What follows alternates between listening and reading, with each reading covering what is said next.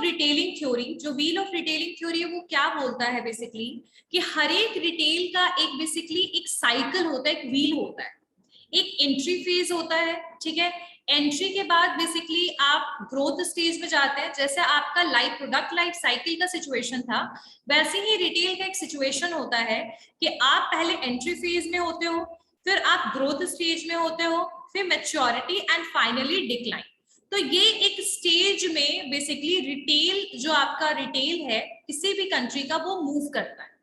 तो इसी के ऊपर ये थ्योरी है, व्हील ऑफ रिटेलिंग थ्योरी। ये बेसिकली जो थ्योरी है ये एक हाइपोथेसिस को बताता है कि बेसिकली रिटेल ऑर्गेनाइजेशन का क्या लाइफ साइकिल है, ठीक है।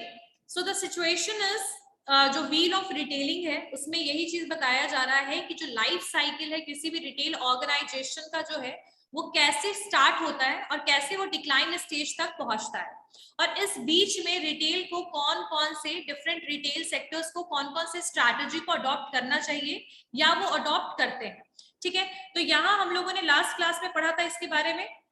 नेक्स्ट, आप ये जो थ्योरी है, this theory is given by professor Malcolm Nair, ठीक है, इट्स नायर, NAIR, ठीक है। कब दिया गया है? 1931 में दिया गया है। और ये क्या बताता है कि बेसिकली जब भी कोई ऑर्गेनाइजेशन, जब भी कोई रिटेल सेक्टर मार्केट में एंटर होता है तो वो हमेशा अपने प्रोडक्ट का प्राइस क्या रखेगा? लो प्राइस रखेगा, ठीक है। लो प्राइस के साथ ये एंटर होगा। किसी भी, कभी भी जब भी कोई रिटेल नया आएगा तो मार्केट में ऑलरेडी कॉम्पिटिटर्स प्रेजेंट होते हैं, ठीक है, कंज्यूमर्स डायनेमिक होते हैं। तो इसको देखते हुए प्राइस सेंसिटिव को, प्राइस को मेजर रीजन लेंगे हम कंज्यूमर को इन्फ्लुएंस करने के लिए, ठीक है। मिनिमम प्रॉफिट करेंगे, प्रॉफिट कम रहेगा। क्यों मिनिमम प्रॉफिट होगा? क्योंकि मेन एम होगा कंज्यूमर को इन्फ्लुएंस करना, कंज्यूमर को लॉयल बनाना, ठीक है। तो ये मेन एम होगा हमारा किसमें? एंट्री फेज में, ठीक है। अब नेक्स्ट अगर हम बात करें इसमें आपका wheel of retailing, I guess ये क्लियर हो गया होगा सबको, किसी को कोई डाउट है इसमें?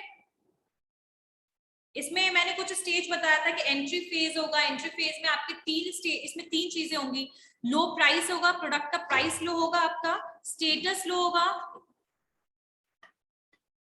और नेक्स्ट होगा आपका लो मार्जिन, लो स्टेटस, क्योंकि कोई जानेगा नहीं आपके बेसिकली रिटेल स्टोर को, तो स्टेटस लो होगा, लो प्राइस होगा और लो मार्जिन होगा। क्योंकि प्राइस हम कम इसलिए रखेंगे ताकि कंज्यूमर ज्यादा से ज्यादा हमारे रिटेल स्टोर में आकर शॉपिंग करे, ठीक है। तो इसको हम कहते हैं entry phase. Second one is growth phase. तो ग्रोथ फेज में क्या सिचुएशन होगा? यहाँ तीन बेसिकली चीजें होंगी। आप यहाँ पर हाई प्राइस रखिएगा क्योंकि अब आप जो है वो ग्रोथ स्टेज में पहुंच चुके हैं, यानी कि अब आपके बेसिकली रिटेल स्टोर को लोग जानने लगे हैं, ठीक है। तो बेसिकली आपका स्टेटस इंक्रीज होगा। जब आपका स्टेटस इंक्रीज हो गया, जब आपके कस्टमर्स बनने शुरू हो गए, तो ऐसे सिचुएशन में क्या होगा कि आप प्रोडक्ट का प्राइस हाई भी रखेंगे तो भी आपके यहाँ से कंज्यूमर प्रोडक्ट खरीदेंगे, बिकॉज वो एक हैबिचुअल कंडीशन में आ जाएंगे, आपके प्रोडक्ट की क्वालिटी उनको अच्छी लगेगी। So finally they will stuck with your particular retail store. तो यहाँ पर आपका हाई बेसिकली प्राइस भी हो जाएगा, हाई आप स्टेटस भी हो जाएगा और हाई मार्जिन भी हो जाएगा, ठीक है, क्योंकि अब आप ग्रोथ स्टेज में हो। जैसे ही आप मैच्योरिटी स्टेज में पहुंचोगे, यहाँ पर सिचुएशन जो होगा कि आपका जो प्राइस होगा इवन हायर होगा, यानी कि अब आप एक बहुत ही रिनाउंड रिटेल स्टोर बन चुके हो, लोग आपके स्टेबल सिचुएशन में हो, आप सबसे ज्यादा हाई मार्जिन, हाई प्राइस और इवन हायर स्टेटस आपका होगा। तो ग्रोथ के स्टेज में जितना आप पेमेंट ले रहे थे, जितना आप पैसा ले रहे थे, उससे भी ज्यादा जो है वो अमाउंट आप कौन से स्टेज में लोगे? मैच्योरिटी स्टेज में लोगे। लेकिन एक चीज इसमें ध्यान रखिएगा कि फोकस यहाँ पर सिर्फ प्राइस पे हो रहा है, लाइक प्राइस को एक मेजर रीजन लिया जा रहा है इस पूरे के पूरे थ्योरी में, ठीक है। अब यहाँ पर नेक्स्ट आपका थ्योरी होगा, नेक्स्ट वन इज, नेक्स्ट जो आपका है लास्ट में डिक्लाइन स्टेज, ठीक है। तो डिक्लाइन स्टेज में क्या सिचुएशन होगा? एक मिनट। नेक्स्ट जो आपका बेसिकली लास्ट स्टेज होगा, that one is the decline stage. तो डिक्लाइन में क्या होगा कि मैच्योरिटी के फेज से जैसे ही थोड़ा सा शिफ्टमेंट होगा, जैसे ही मैच्योरिटी के स्टेज में ही मान के चलो कॉम्पिटिटर्स एंटर हो जाएंगे। जब कॉम्पिटिटर्स एंटर हो जाएंगे विद सेम सिचुएशन, जहां लो प्राइस में बेटर प्रोडक्ट, लो मार्जिन के साथ आपको कॉम्पिटिटर्स एंटर होंगे, वैसे आपके प्रोडक्ट को लोग खरीदना बंद कर देंगे, आपके स्टोर में शॉपिंग करना बंद कर देंगे और वो मूव हो जाएंगे नए रिटेल स्टोर की तरफ, ठीक है। So that is going to happen from the maturity to decline stage, and in the decline stage your retail store will become the बिल्कुल बोल सकते हैं कि नॉन प्रॉफिटेबल सिचुएशन में चला जाएगा। लेकिन याद रखिएगा, जैसे प्रोडक्ट लाइफ साइकिल में हम क्या समझते हैं कि फाइनली जो प्रोडक्ट है वो मार्केट से आउट हो गया, जैसे वीसीआर, वीसीडी, ये सब तो मार्केट से आउट हो चुका है, पेजर, ये सब जो आप लोगों को पता होगा, ये सारे जो टर्म्स मैं यूज कर रही हूँ ये बहुत पहले के टर्म्स हैं। वीसीडी वीसीआर 2002 2003 के टाइम पे बहुत ज्यादा फेमस था मूवी वगैरह के लिए, वीडियो गेम्स के लिए। अभी लोग यूट्यूब यूज करते हैं, अभी आपके पास मल्टीपल ऑप्शंस है, तो no one is using VCD and VCR, right, है ना। तो वो एक प्रोडक्ट लाइफ साइकिल के हिसाब से वो बाहर चला गया। The same thing is not with the retail. Retail में श्योरिटी नहीं है कि वो जो भी स्टोर होगा, मान लो एक डिस्काउंट स्टोर होगा या फिर सुपरमार्केट होगा, जरूरी नहीं है मार्केट से आउट हो जाए। हो सकता है कि वो कुछ अल्टीमेटली कोई नया चेंज लेकर आ जाए, नए प्रोडक्ट के साथ डील करने लग जाए, नए टेक्नोलॉजी को यूज करने लग जाए। अगर वो कोई भी अल्टीमेटली चेंज कर देगा तो हो सकता है कि वो डिक्लाइन स्टेज पर ना पहुंचे, ठीक है। तो यहाँ पर ये एक एक्सेप्शनल सिचुएशन अटैच्ड है कि जरूरी नहीं है कि वो रिटेल स्टोर 100% मार्केट से गायब हो जाए, ये जरूरी नहीं है। तो ये सारे जो थे, ये आपकी रिटेल जो व्हील ऑफ रिटेलिंग थ्योरी जो था, यहाँ पर मैंने आपको 3 स्टेज में भी इसको डिवाइड करके बताया था। पहला था इनोवेशन स्टेज, जिसमें हम 2 बेसिकली फेज को मानते हैं, एंट्री फेज को और ग्रोथ फेज को, that is the innovation stage. Next stage है आपका growth phase plus maturity phase, जिसको हम मानते हैं ट्रेडिंग अप फेज। और next one is vulnerability stage, जिसमें हम 2 फेज को मानते हैं साथ में, मैच्योरिटी फेज को और आपके डिक्लाइन फेज को। क्लियर हो गई बात सबको, समझ में आ गया? मैंने थोड़ा सा रिवीजन करवा दिया लास्ट क्लास का। अब हम नया टॉपिक स्टार्ट करेंगे। किसी को भी व्हील थ्योरी में कोई भी दिक्कत है? Anyone have any doubt?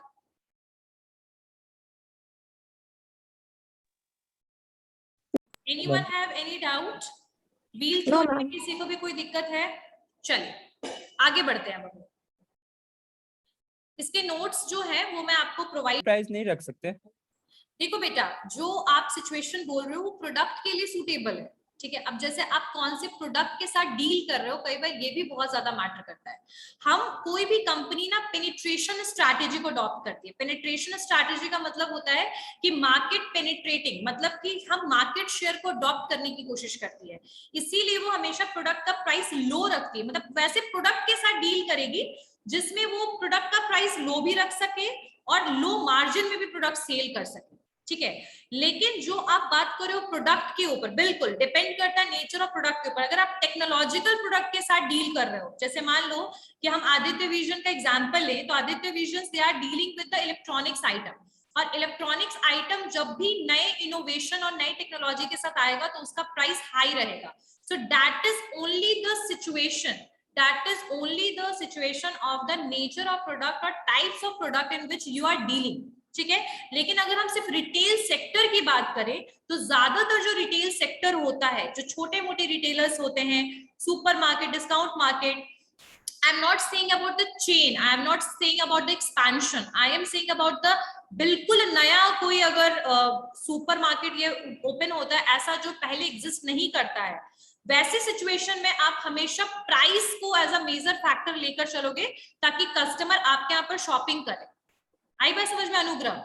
तो ये जो आप फैक्टर कह रहे हो कि हम स्टार्टिंग में ही हाई प्राइस लेकर के चले प्रोडक्ट का, that is totally depend upon the nature of product. लेकिन ज्यादातर जो रिटेल सेक्टर होता है, ज्यादातर जो रिटेल कंपनीज होती हैं, वो ज्यादातर छोटे मोटे रिटेल स्टोर से शुरुआत करती है। आ रही बात समझ में? तो ये आपने जो सिचुएशन लगाया, ये इसका एक तरीके से डिमेरिट भी हम कह सकते हैं कि यहाँ पर ये डिमेरिट है कि that wheel of retailing is not suitable for every type of retail sector, ठीक है। तो इसका मैंने कुछ लिमिटेशन शायद नहीं करवाया था, तो लिख लो इसकी लिमिटेशंस क्या है व्हील थ्योरी के। व्हील थ्योरी तो बस एक लाइफ साइकिल के रिटेल सेक्टर का एक लाइफ साइकिल के बारे में बात करता है, लेकिन यहाँ पर इनका जो मेन एम्फेसाइज है वो किस चीज पे है? बाकी इन्वायरमेंटल फैक्टर्स को नहीं देखा जा रहा है यहाँ पर, कंज्यूमर के बिहेवियर को नहीं देखा जा रहा है यहाँ पर किस चीज को देखा जा रहा है, सिर्फ और सिर्फ प्राइस को.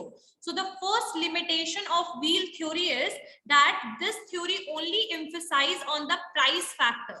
लाइक स्टार्टिंग से लेके एंड तक they are talking about the price only, कि that in the early stage, in the first stage, in the बोल सकते हैं एंट्री फेज, लो प्राइस रखेंगे, लो मार्जिन रखेंगे, लो स्टेटस, मतलब they are talking about the price only. In the second stage, they are talking about the high price. So in short, we can say that this theory is only emphasized on the price factor, and they are not basically concerned toward the other environmental factors. ठीक है, बाकी कोई भी factors को नहीं देख रहा है, सिर्फ और सिर्फ प्राइस के फैक्टर को ये एम्फसाइज कर रहा है, वैल्यू दे रहा है. आई बात समझ में? पहला इसका लिमिटेशन क्या हुआ, फर्स्ट लिमिटेशन क्या हुआ, सबको क्लियर है? Yes ma'am. ठीक है. सेकंड देखिए, इनएप्लीकेबल टू ऑल ऑर्गेनाइजेशन. अनुग्रह बेटा क्लियर हुआ ये पॉइंट? मैंने बताया था ना कि लिमिटेशंस में इसके ये सारे पॉइंट्स क्लियर हो जाएंगे. अनुग्रह? Yes ma'am. क्लियर हो रहा है ना? हाँ. Yes ma'am. सेकंड पॉइंट है, it is not applicable to all organisation और all retail sector. It is not applicable to all organization or retail sector. ठीक है. अब यहाँ पर क्यों ये एप्लीकेबल नहीं है, क्या रीजन है इसका कि क्यों ये एप्लीकेबल नहीं है दूसरे स्टोर में? सेम सिचुएशन जो अनुग्रह ने रेज किया था क्वेश्चन, कि सम स्पेशलिटी स्टोर और some luxurious store which is open to sell the luxurious item only, that this situation is not applicable for them, because in the starting phase they are not able to put the low price of those products. They can give the special discount, they can give the coupons, they can use the sales promotion technique, but they cannot put the price of the product very low. ठीक है. सो यहाँ पर इस type के जो होंगे, जो speciality store होंगे, जो एक्सक्लूसिव स्टोर्स होंगे, जो रिटेल के, वो कभी भी प्रोडक्ट का प्राइस बहुत ज्यादा लो स्टार्टिंग में नहीं रख सकते. ठीक है. या कोई ब्रांडेड अगर स्पेशलिटी स्टोर है, जैसे प्यूमा ले लो, प्यूमा जो है वो एक ब्रांडेड स्टोर है और हमें भी पता है कि उसके प्रोडक्ट्स बहुत एक्सपेंसिव है ना. और अगर आप एग्जाम्पल में और भी ले सकते हो, रिबॉक वगैरह स्पेशलिटी स्टोर है, अगर एक्सपेंशन हो रहा है तो वो सब में ये situation applicable, wheel of retailing theory applicable नहीं है. ठीक है. यहाँ पर कभी भी कस्टमर प्रोडक्ट का प्राइस नहीं देखेंगे. स्पेशलिटी स्टोर में शॉपिंग करने से पहले कभी भी प्रोडक्ट का प्राइस कस्टमर नहीं देखेंगे, क्योंकि उनका मेन रीजन होगा स्टेटस एंड मेन होगा लग्जरियस प्रोडक्ट. तो यहाँ पर प्राइस सेंसिटिव वाला सिचुएशन क्रिएट ही नहीं होगा. तो ये सारे ऑर्गेनाइजेशन के लिए एप्लीकेबल नहीं है. क्लियर हुआ सबको ये पॉइंट? क्लियर हो गया सबको पॉइंट?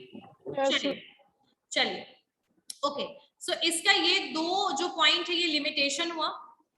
अब नेक्स्ट आता है सिचुएशन, दैट इज नेक्स्ट जो आपका पॉइंट आएगा, नेक्स्ट जो थ्योरी है आपका, लिखिए accordion theory. Accordion theory, ACCORDIONTHEORY. Accordion theory. Accordion theory. Ma'am repeat. ACCOR. According की स्पेलिंग आती है? ACCORD. अकॉर्ड लिख लो, ION लगा लो.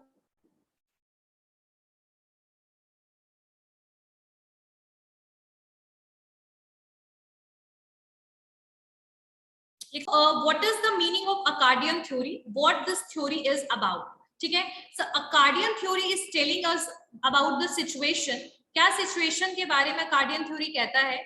थ्योरी कहता है कि कभी भी एक रिटेल स्टोर जो है वो एक बेसिकली बोल सकते हैं फेज के थ्रू वो बेसिकली चलता है. मतलब एक किस तरीके से वो रन करेगा. सबसे पहले अगर वो मार्केट में आया तो वो एक जनरल स्टोर की तरह काम करेगा. ठीक है. जनरल स्टोर के बाद वो मूव हो जाएगा स्पेशलाइज्ड स्टोर की तरफ, और स्पेशलाइज्ड स्टोर के बाद again they will try to move toward the general store. तो ये अकार्डियन थ्योरी जो है that is given by Hollander. ठीक है. और ये किस तरीके से डिराइव किया गया है, मतलब ये अकार्डियन थ्योरी जो है हॉलैंडर के द्वारा ये दिया गया है. और इस थ्योरी में क्या बोला जाता है, कहते हैं हॉलैंडर कहते हैं कि कभी भी कोई रिटेल स्टोर है वो पहले as a general store start होगा। जनरल स्टोर क्यों स्टार्ट होगा? जहां पर इनके पास मल्टीपल प्रोडक्ट तो होगा लेकिन डीप असॉर्टमेंट नहीं होगा। डीप असॉर्टमेंट नहीं होगा इसका मतलब क्या है कि बेसिकली इनके पास मान लो टूथपेस्ट है, इनके पास मान लो वॉशिंग पाउडर है, लेकिन उसके लिमिटेड ऑप्शंस अवेलेबल होंगे। जैसे टूथपेस्ट है तो मान लो इनके पास पेप्सोडेंट और कोलगेट है, इसके अलावा इनके पास और नहीं है। वॉशिंग पाउडर है तो इनके पास सिर्फ निरमा और मान लो सर्फ एक्सेल है, इससे ज्यादा नहीं है। तो इनके पास प्रोडक्ट तो मल्टीपल प्रोडक्ट्स होंगे लेकिन कभी भी इनके पास डीप असॉर्टमेंट नहीं होगा, मतलब एक प्रोडक्ट में मल्टीपल ऑप्शंस प्रेजेंट नहीं होंगे। ठीक है, उसके बाद यही स्टोर, जब एक बार ये स्टोर को बेनिफिट होने लगेगा तब ये स्टोर अपना ये जो पूरा सिचुएशन है क्लटर वाला, कंफ्यूजन वाला, इसको दूर करने के लिए they will start believing on deep assortment.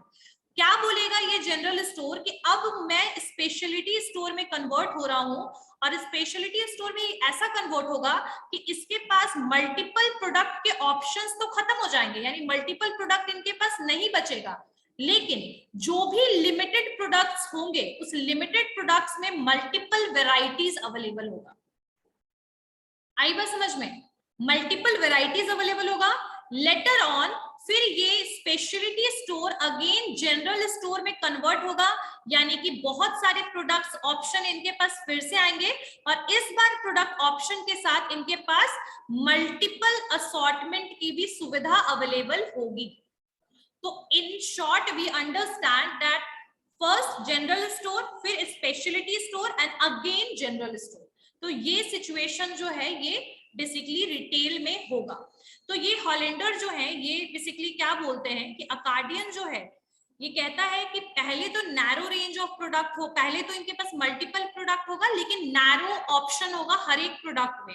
उसके बाद they will started focusing on the specialized product and they started selling some products only and उसी प्रोडक्ट में they have multiple options। एक ही प्रोडक्ट में मल्टीपल, जैसे कि मान लो कि पहले जो जनरल स्टोर था, मान लो कि पहले जो जनरल स्टोर था वो स्टेशनरी भी रख रहा था, वो ग्रोसरी भी रख रहा था और वो छोटा मोटा हाउस होल्ड आइटम भी रख रहा था।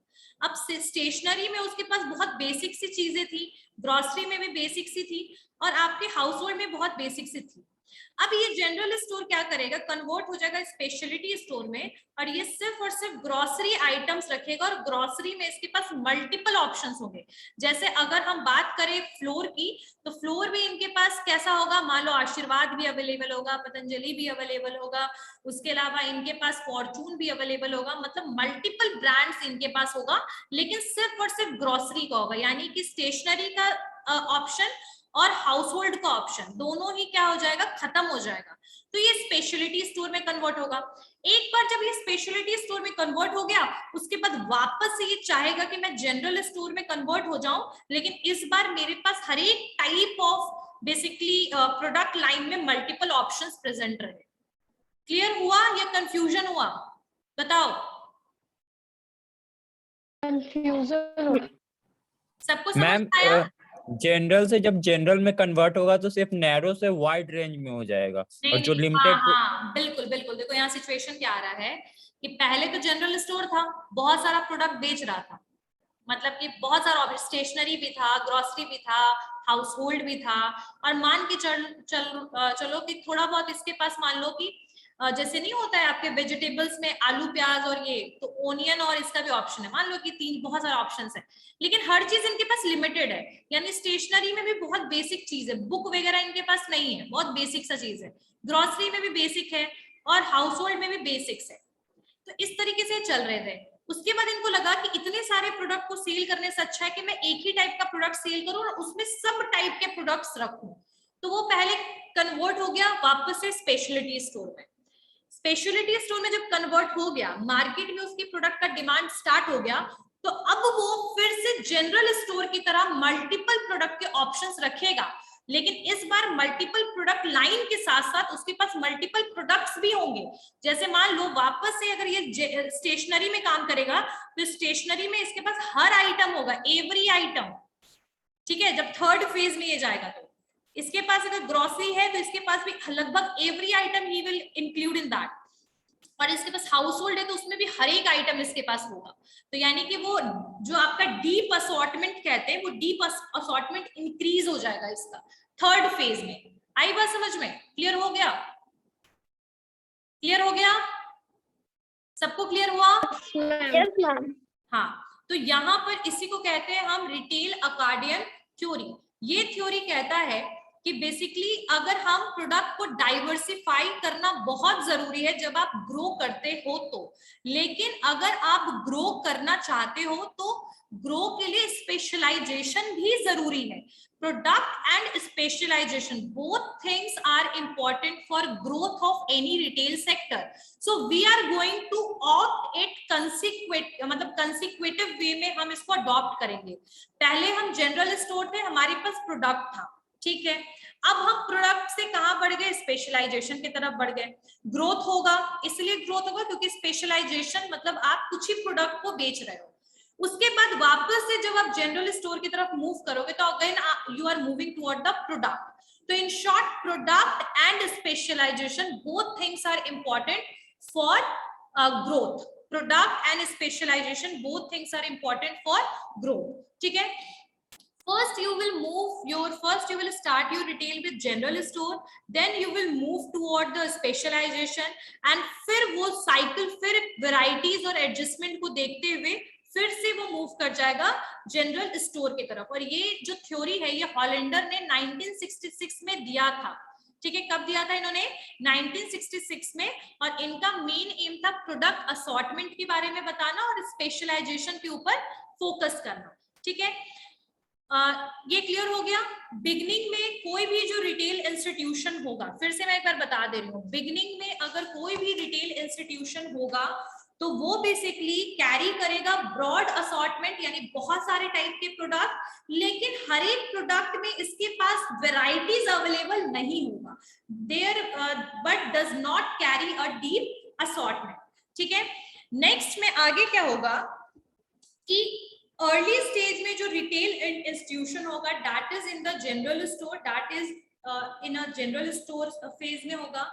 फिर रिटेल इंस्टीट्यूशन जो है वो बन जाएगा स्पेशलाइज्ड और लिमिटेड लाइन ऑफ प्रोडक्ट या मर्केंडाइज को कैरी करेगा, लेकिन उस लिमिटेड मर्केंडाइज में उसके पास मल्टीपल और डीप असॉर्टमेंट होगा। जैसे बाटा को देखा है कि बाटा जो है वो शूज बेचता है, वो फुटवेयर सेल करता है, तो they have multiple varieties, they have slippers, they have shoes, they have loafers, so they have multiple options in that, right?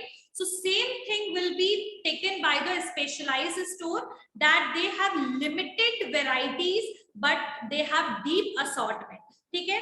फिर रिटेल जो है कि स्पेशलिटी स्टोर की तरह रन करेगा। उसके बाद एट सेम पॉइंट, कुछ पॉइंट मतलब उसी समय उसको ये समझ में आएगा कि जो ओल्ड ऑपरेशन चल रहा था जहां पर हम मल्टीपल प्रोडक्ट के साथ डील कर रहे थे वो भी बेटर ऑप्शन है, तो उसके बाद वो क्या करेगा, स्टार्ट कर देगा अपने उस स्पेशलिटी स्टोर को वापस से जनरल स्टोर में कन्वर्ट करने में, और वापस से ये मल्टीपल प्रोडक्ट सेल करेगा, लेकिन इस बार मल्टीपल प्रोडक्ट के साथ मल्टीपल ऑप्शंस भी होंगे। आई बात समझ में? और ये जो पूरा का पूरा सिचुएशन है, हॉलैंडर ने इसको कहीं रिसर्च में यूज किया था। कहाँ इसको यूज किया था? He use this situation in general stores, drug stores जिसको मेडिसिन शॉप या स्टोर कहते हैं, supermarket, department store and discount store. और ये सारे स्टोर पे इन्होंने इस चीज को एनालाइज किया, इस रिसर्च को बेसिकली यूज किया। और ये कहाँ के इन सारे स्टोर, ये सारे स्टोर कहाँ थे? यूएसए के, यानी यूनाइटेड स्टेट के इन सारे स्टोर्स पे इन्होंने इस थ्योरी को यूज किया, ठीक है। और उसके बाद ये एनालिसिस निकाला कि कोई भी स्टोर जब ग्रोथ फेज में होता है, कोई भी स्टोर जब ग्रोथ चाहता है तो कुछ टाइम के लिए स्पेशलिटी स्टोर में तो वो कन्वर्ट होगा, लेकिन later on they will convert themselves into a general store, ठीक है। तो ये आपका अकार्डियन थ्योरी है, हॉलैंडर के द्वारा ये दिया गया है। क्लियर हो गई बात? सबको क्लियर हो गया? सबको क्लियर हो गया? एवरीवन सबको क्लियर हो गया? लिखिए अकार्डियन थ्योरी में, लिखिए जरा, इसको लिखना शुरू करो सारे लोग, सारे बच्चे स्टार्ट राइटिंग अकार्डियन थ्योरी, बुक में भी बहुत अच्छे से दिया हुआ है। आप अकार्डियन थ्योरी में लिखिए, this theory describes how general stores move to specialized stores. This theory describes how general stores move to specialized stores, and then again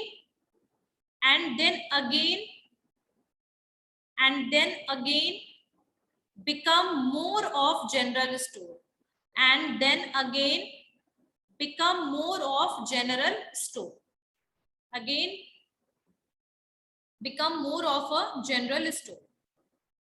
ma'am waiting list check कर लीजिए ना, मैसेज कर दिए, शायद वो बाहर हो गई। This theory describes how general stores move to specialized stores, and then again become more of a general store. जो मैंने कंसेप्ट बताया था, पहले जनरल स्टोर, फिर speciality store, and again then फिर जनरल स्टोर। ठीक है, ये आपका कंसेप्ट है अकार्डियन थ्योरी का। यहां तक सबने लिख लिया है everyone? This theory describes how general store move to specialized stores and then again become more of a general store. ठीक है, आगे लिखिए he suggested that players, he मतलब यहाँ पर हॉलैंडर की बात हो रही है। he suggested that players either have a open accordion representing, यानी अकार्डियन एक तरीके का इंस्ट्रूमेंट होता है जिसको बजाया जाता है। आप लोगों को मैं दिखाती हूँ क्या होता है। आगे लिखिए इस पॉइंट को आगे लिखिए। तो अकार्डियन जो है वो यही सिचुएशन आपका यहाँ पर रेज हो रहा है कि कभी अगर स्टोर को मन करता है तो वो अपने आप को, म्यूजिकल इंस्ट्रूमेंट जो है ना वो इस तरीके से चलता है। इसको ऐसे करोगे वो खींच जाएगा, उसको जैसे छोड़ोगे वो इतना छोटा सा हो जाएगा। तो ये थ्योरी यही चीज बता रहा है कि अगर आप चाहो तो आप अपने प्रोडक्ट को बेसिकली बोल सकते हैं ना कि खिंचाव करके बहुत सारे मल्टीपल प्रोडक्ट्स भी रख सकते हो, और आप चाहो तो स्पेशलिटी स्टोर में भी कन्वर्ट हो सकते हो। यानी you can open that accordion, you can basically represent multiple product, you can sell multiple product, multiple options भी दे सकते हो, या फिर limited option दे सकते हो स्पेशलिटी स्टोर बनके। तो इसी चीज पे ये अकार्डियन थ्योरी आया। समझ में आया रिशान? क्लियर हुआ इस बात से? Yes ma'am. हाँ, कि या तो उस म्यूजिकल इंस्ट्रूमेंट को जब हम उसको ऐसे खींचेंगे, ठीक है, जब हम उसको पुल करेंगे तो वो स्ट्रेच हो जाएगा। तो या तो हम चाहें तो उसको स्ट्रेच भी कर सकते हैं, यानी मल्टीपल प्रोडक्ट के ऑप्शंस दे सकते हैं, या तो फिर हम स्पेशलिटी स्टोर बन करके उसको बेसिकली लिमिटेड ऑप्शंस में कन्वर्ट भी कर सकते हैं। तो उस पे ये अकार्डियन थ्योरी जो है वो आपका आया है, बेस्ड है। क्लियर है? यहां तक समझ में आया सबको? Yes ma'am. Yes. Okay, so accordion theory में लिखिए, he suggested that players either have open accordion. Open accordion का मतलब वही है कि वो जो म्यूजिकल इंस्ट्रूमेंट था जो open accordion representing the general store, open accordion representing the general store, open accordion, this open accordion representing the general store, they have multiple options for the product. तो या तो he suggested, वो suggest क्या कर रहा है कि या तो जो प्लेयर्स होगा either they have open accordion, या तो उनके पास open accordion होगा representing the general store। लिख लिया सबने? यहां तक लिख लिया? Yes ma'am. Representing the general stores और क्लोज्ड अकार्डियन।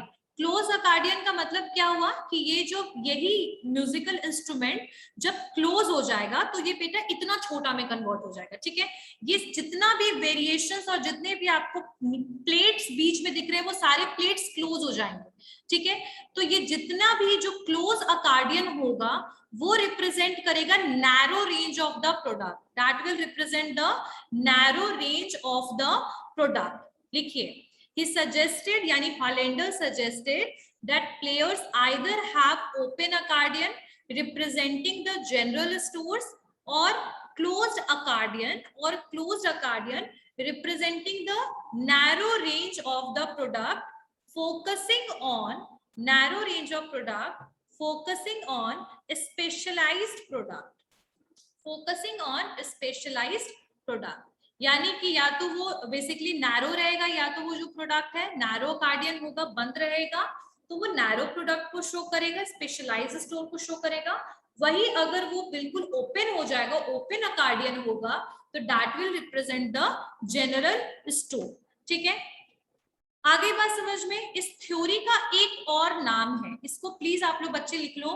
इस थ्योरी का एक और क्या नाम है? General specific general theory, general specific general theory, GSG theory, general specific general theory. सबको क्लियर हो गया everyone? Yes ma'am. Yes ma'am. सबको क्लियर हो गया बेटा? किसी को कुछ पूछना है कार्डियन थ्योरी में? Anyone have any doubt in accordion theory? क्योंकि इसके बाद हम नेक्स्ट थ्योरी की तरफ बढ़ेंगे जिसको हम कहते हैं theory of natural selection. Yes Shanaya, बोलो बेटा, बोलो शनाया। एक बार फुल फॉर्म रिपीट। बेटा आपके general specific general theory, general specific general theory. ठीक है, जो नेक्स्ट आपका थ्योरी है इसको हम कहते हैं एनवायरमेंटल थ्योरी, एनवायरमेंटल थ्योरी या तो थ्योरी ऑफ नेचुरल सिलेक्शन। देखो जो पहला जो थ्योरी था वो व्हील ऑफ रिटेलिंग को बता रहा था, entry phase, growth phase, decline phase and ये maturity phase and decline phase. यानी कि वो एक सिचुएशन बता रहा था कि स्टार्टिंग में एक स्टोर को प्राइस कैसा रखना चाहिए कि वो मार्केट में स्टेबल हो पाए। तो ये जो था ये आपका कौन सा थ्योरी था? ये था आपका wheel of retailing theory. Next जो थ्योरी था वो बता रहा था प्रोडक्ट असॉर्टमेंट के ऊपर और प्रोडक्ट स्पेशलाइजेशन पे, कि हम अगर एक रिटेल स्टोर हैं तो कैसे एंटर होंगे। तो उस समय हम एज अ जनरल स्टोर रहेंगे, उसके बाद स्पेशलाइज्ड होंगे, फिर जनरल होंगे। सो लाइक प्रोडक्ट स्पेसिफिकेशन पे और स्पेशलाइजेशन पे और प्रोडक्ट असॉर्टमेंट में हम काम करेंगे। ठीक है, इन दो चीजों पे हम काम करेंगे।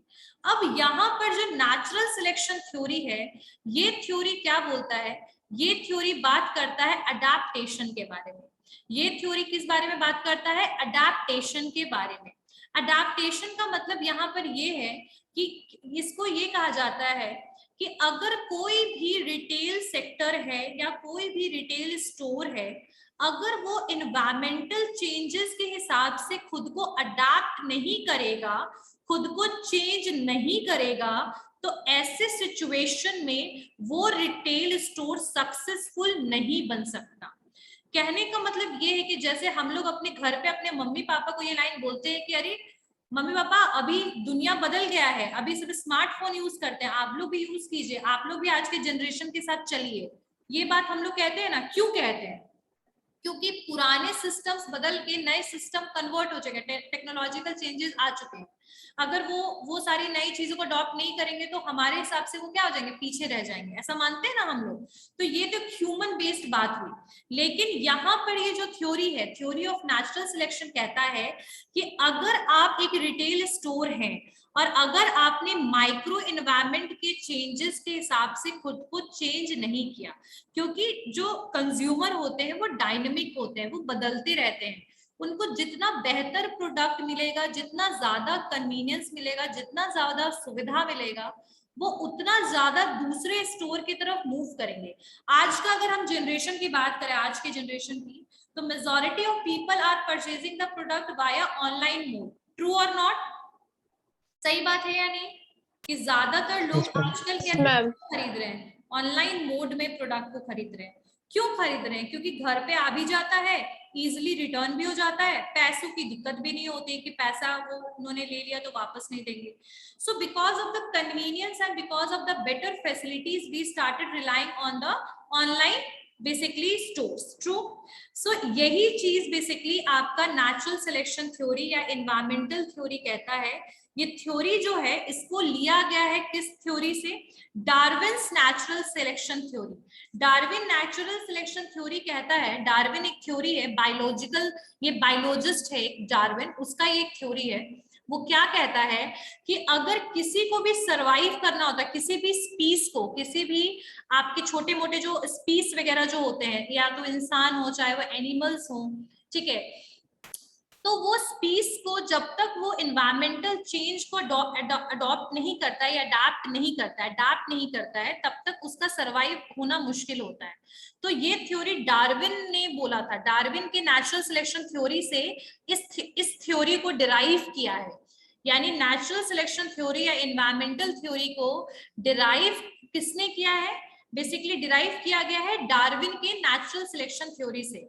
डार्विन ने एक बायोलॉजिस्ट थे, उन्होंने एक बायोलॉजिकल पॉइंट ऑफ व्यू से स्पीसीज के बारे में बोला था कि अगर कोई स्पीस सरवाइव करना चाहता है तो उसको नए एटमॉस्फेयर में अपने आप को चेंज करते रहना पड़ेगा, नहीं तो वो सरवाइव नहीं कर पाएगा स्पीस।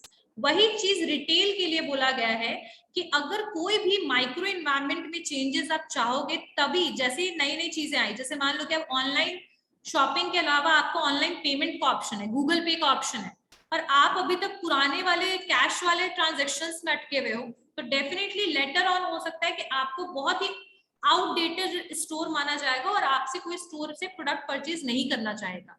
तो हर एक रिटेल का सक्सेस जो है वो डिपेंड करता है कि आप कितनी जल्दी अपने स्टोर में चेंजेस लेकर के आते हो मार्केट के डिमांड के हिसाब से। नीरज बोलो बेटा। Yes ma'am. मैम वो स्पीस नहीं था, वो स्पेसिस था। स्पीसीज था, तो मैंने क्या बोला? स्पीसीज क्या होता है बेटा? मैम स्पीसीज क्या होता है? मैम वो सर्टेन जेनस का होता है मैम, जो बहुत सारा जेनस से मिला के स्पेसिस बनता है मैम। वो मतलब बहुत तो यहाँ पर जो रिटेलर्स हैं उनके लिए यही चीज कहा गया है कि जैसे स्पीसीज चेंज होते रहते हैं, जैसे कि आप एनवायरनमेंट में अपने आप को सरवाइव करने के लिए, जैसे हमें गर्मी लगती है, ठंड लगती है, होता है ये चीज, सेम चीज उसी चीज के हिसाब से हम हमारी बॉडी अडॉप्ट करती है उस एनवायरनमेंट को ताकि हम सरवाइव कर पाए। सेम चीज रिटेलर को भी करना चाहिए। मार्केट में सरवाइव करने के लिए उनको क्या होना चाहिए? बेसिकली अडेप्टेशन बहुत जरूरी है उनके लिए, ठीक है। इसके अलावा अगर रिटेलर सक्सेसफुली अडेप्ट कर लेते हैं चीजों को, चाहे वो टेक्नोलॉजिकल चेंजेस हो, माइक्रो एनवायरनमेंट तो ऐसा एनवायरनमेंट है जिसको आप खुद से कंट्रोल करते हो, यानी कि आप नए नए अपने एक्सटीरियर बदल लिया, इंटीरियर चेंज कर लिया, कलर्स चेंज कर लिया, थीम्स ले आए, वो सारी चीजें एनवायरनमेंट वगैरह बिल्ड करना तो आपके हाथ में है। उसके अलावा भी अगर कोई चेंजेस आती है, जैसे कि मान लीजिए कि टेक्नोलॉजिकल चेंज आया, तो आप उसको भी अडेप्ट कर सकते हो। कुछ चीजें ऐसी हैं जो आउट ऑफ कंट्रोल होती है और जिसको अडेप्ट करना बहुत मुश्किल होता है। So those are the exceptional cases, but हमेशा हमें रेडी रहना चाहिए ग्रोथ के लिए और बेसिकली अपने सक्सेस के लिए। अपने ये सारी चीजें पॉसिबिलिटी कब है? जब आप अडॉप्ट करते हो चीजों को, अडैप्ट करते हो। इट्स नॉट अडॉप्शन, इट्स अडैप्शन, ठीक है। तो इसी चीज के बारे में आपके थ्योरी ऑफ नेचुरल सिलेक्शन में बताया गया है, ठीक है। अब यहां पर okay, so theory of natural selection जो है, जिसमें हम लोगों ने अडेप्टेशन के बारे में पढ़ा, इसको नेक्स्ट क्लास में मैं लिखवा दूंगी एक बार अच्छे से। और जो आपका व्हील ऑफ रिटेलिंग है उसका मैं नोट्स अभी जस्ट आपको थोड़ी देर में प्रोवाइड कर दूंगी, ठीक है। और आई गेस